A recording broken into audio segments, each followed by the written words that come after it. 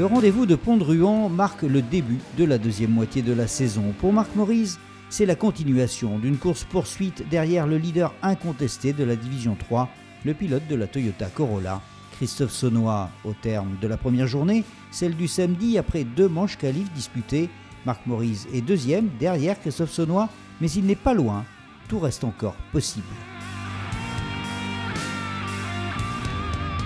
Pour demain, j'espère continuer comme ça et puis d'accrocher un nouveau podium et un peu mieux qu'une 3e place. Une première place me plairait bien.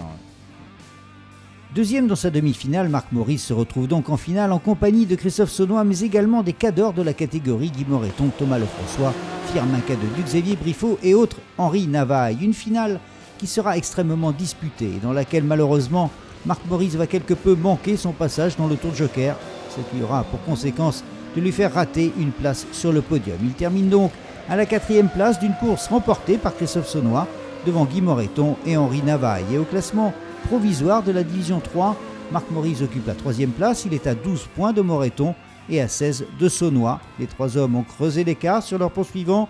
La suite du feuilleton à Carlabo.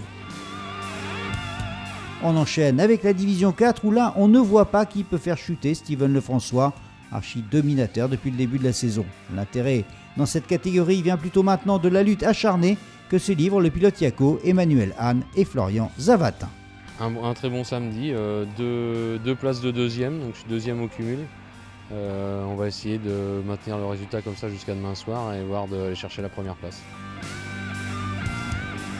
Emmanuel Hahn et Florian Zavatin qui vont se livrer à une belle bagarre tout au long du week-end et ce jusqu'à la finale, une dernière course qui se soldera à l'avantage d'Emmanuel Hahn. Le pilote Yako a gagné son duel. Steven Lefrançois, Emmanuel Hahn, Florian Zavatin, c'est le tiercé de ce 6e rendez-vous à Pont-de-Ruan. Si Steven Lefrançois a pris le large au classement de la D4, en revanche, la place de dauphin est plus que jamais indécise.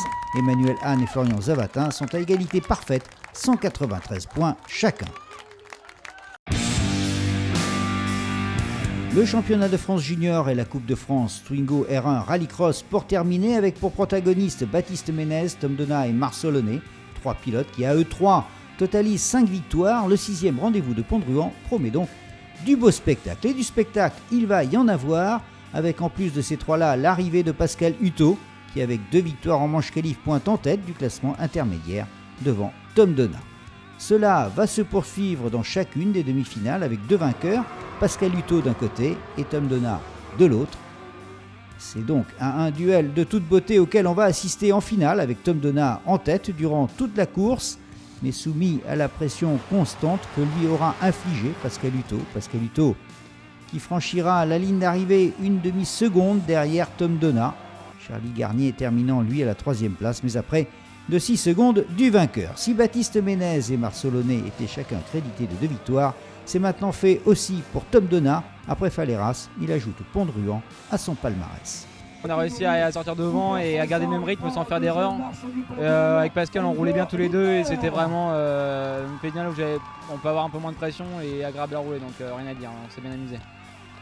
Au classement provisoire du championnat de France junior, Tom Donat repart de Pont-de-Ruan en leader. Il devance maintenant Baptiste Ménez et Marceau Launay. Prochain rendez-vous fin juillet à Carlabo dans les Côtes d'Armor.